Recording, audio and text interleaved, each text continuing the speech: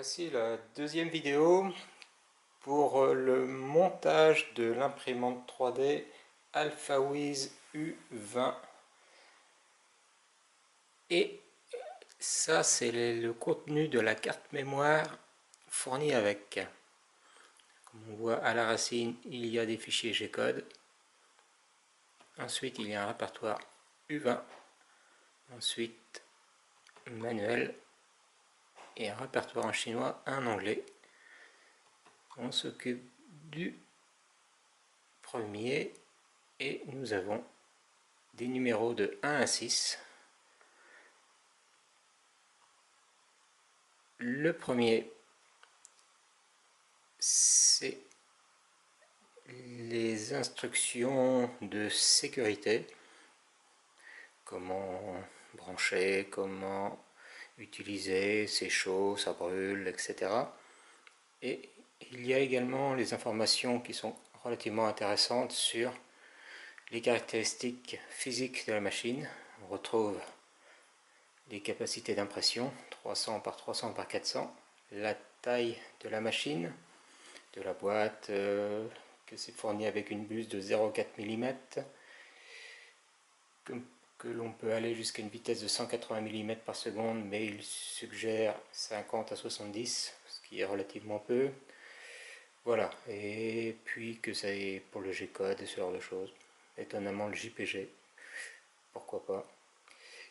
Et puis que ça supporte toutes sortes de logiciels qui ne sont pas fournis. Et la connexion se fait également en USB et SD comme 95% des imprimantes 3D. Elle pèse également près de 11 kg. Voilà, rien de plus dans ce document. On va s'occuper du document numéro 2 qui sera plus intéressant, c'est les instructions de montage et de branchement.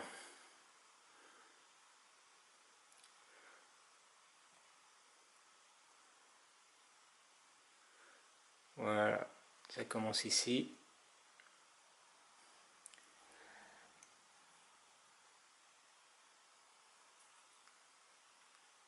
Et on retrouve ces éléments à fixer, à savoir deux équerres. Cet équerre avec le contacteur se mettra sur votre côté gauche et l'autre sur le côté droit. Il y a également 4 vis de fort diamètre qui se fixeront sous la machine. Et puis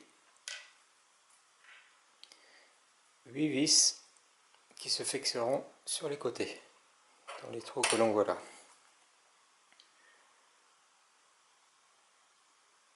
Et la notice explique plutôt bien comment accéder à ce genre de choses. C'est ce qu'on va faire.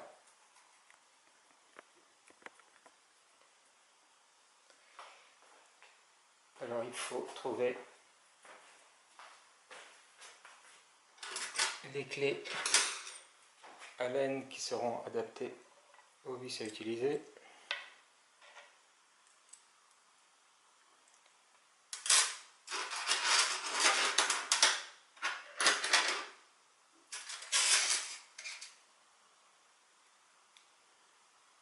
Voilà pour celle-ci et voilà pour celle-là. Et on va ainsi prendre la potence. L'extrudeur se fixe sur le devant.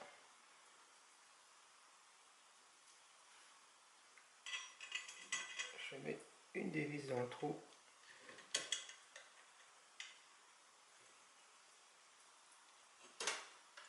Ce qui permet d'approcher.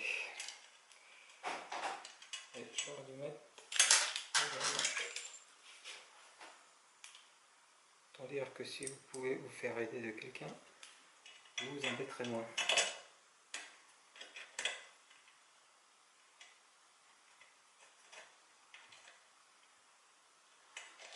si vous remarquez, vos vis, elles ont déjà été montées.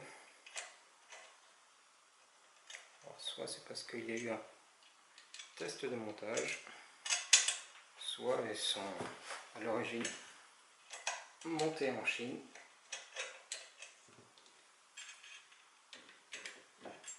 Pour être en exposition peut-être, je sais pas, et démontées par la suite.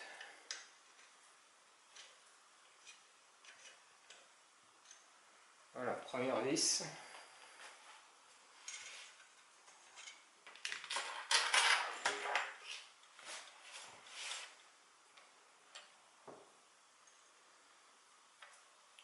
Alors vous ne serrez pas au début, sinon ça va vous embêter.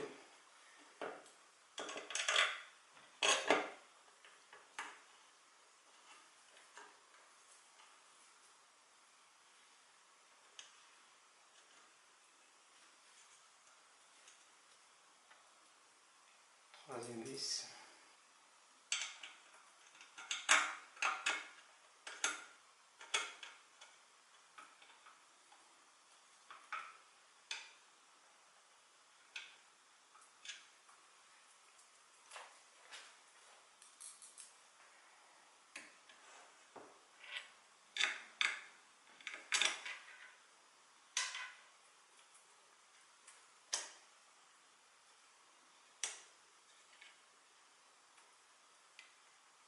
Voilà. Et maintenant, on peut serrer fort. Utiliser la clé dans ce sens-là pour finir de serrer.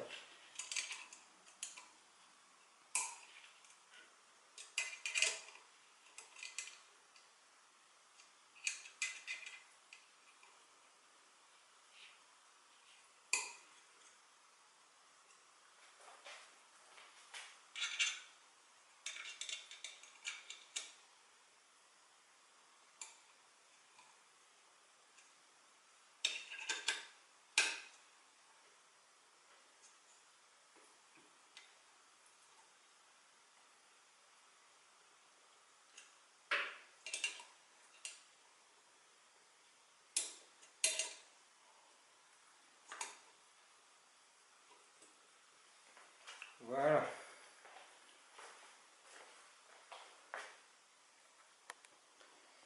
Ensuite, on va s'occuper des équerres.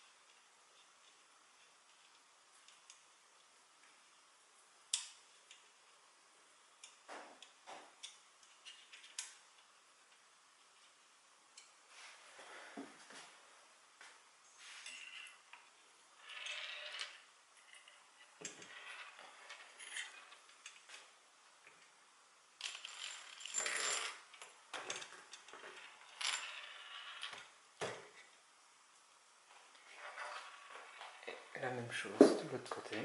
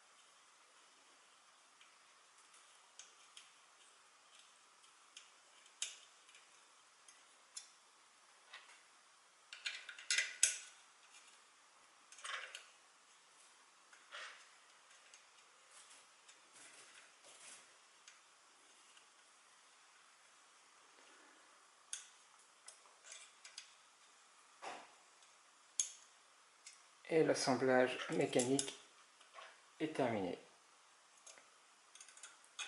De la même façon, vous serrez bien.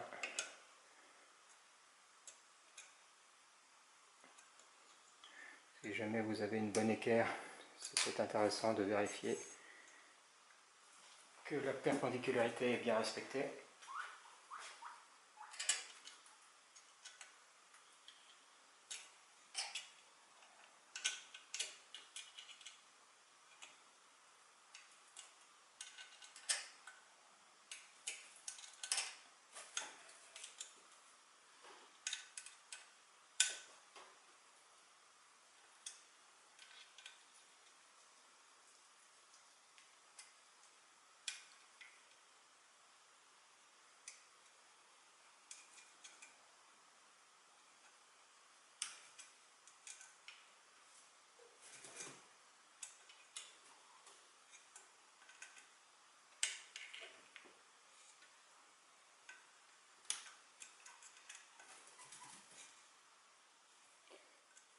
Pour les branchements électriques, c'est très simple.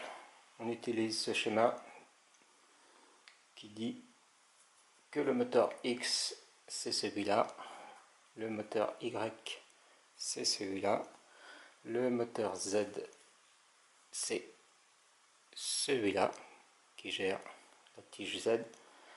Ensuite, le moteur 4 extrudeur, c'est celui-là. Il y aura des indicateurs E sur les câbles. Et on aura fait le tour.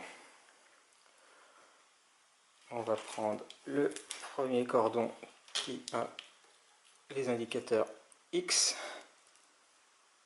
et E. Et on reconnaît les fins de course avec des connecteurs 2 ou 3 fils. 2 pour le câble d'extrudeur qui est plutôt un détecteur de filaments. Et le moteur qui ont 4 fils connectés sur un connecteur de 6. D'abord, le moteur X. Il y a un détrompeur, donc il n'y a pas moyen de se tromper, ça ne s'enfile que dans un sens.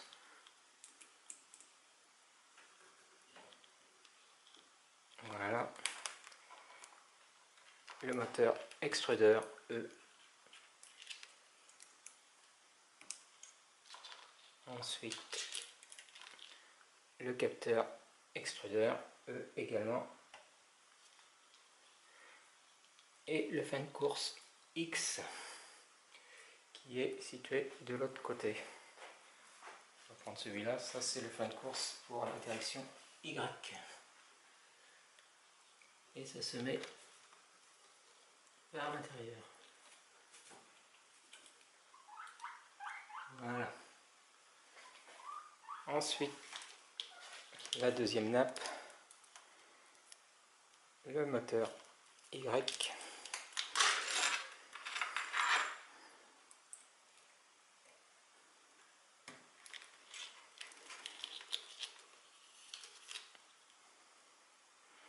Et le moteur Z.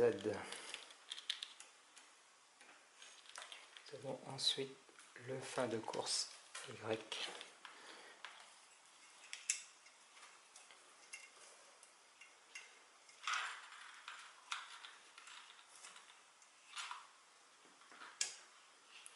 et le fin de course Z.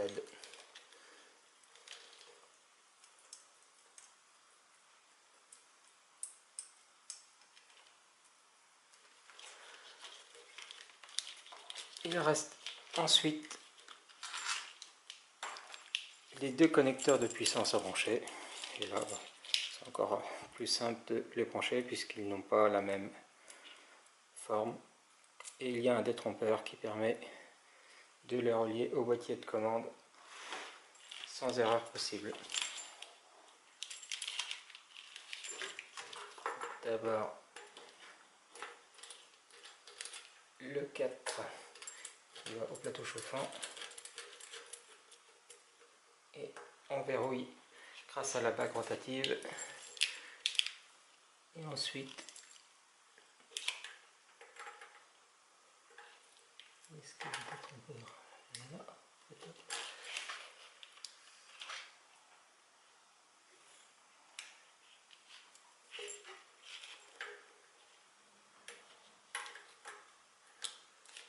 Voilà.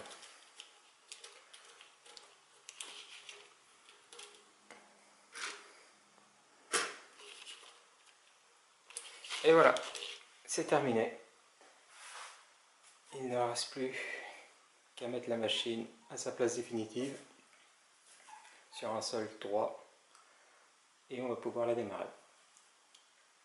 On verra ça dans la prochaine vidéo.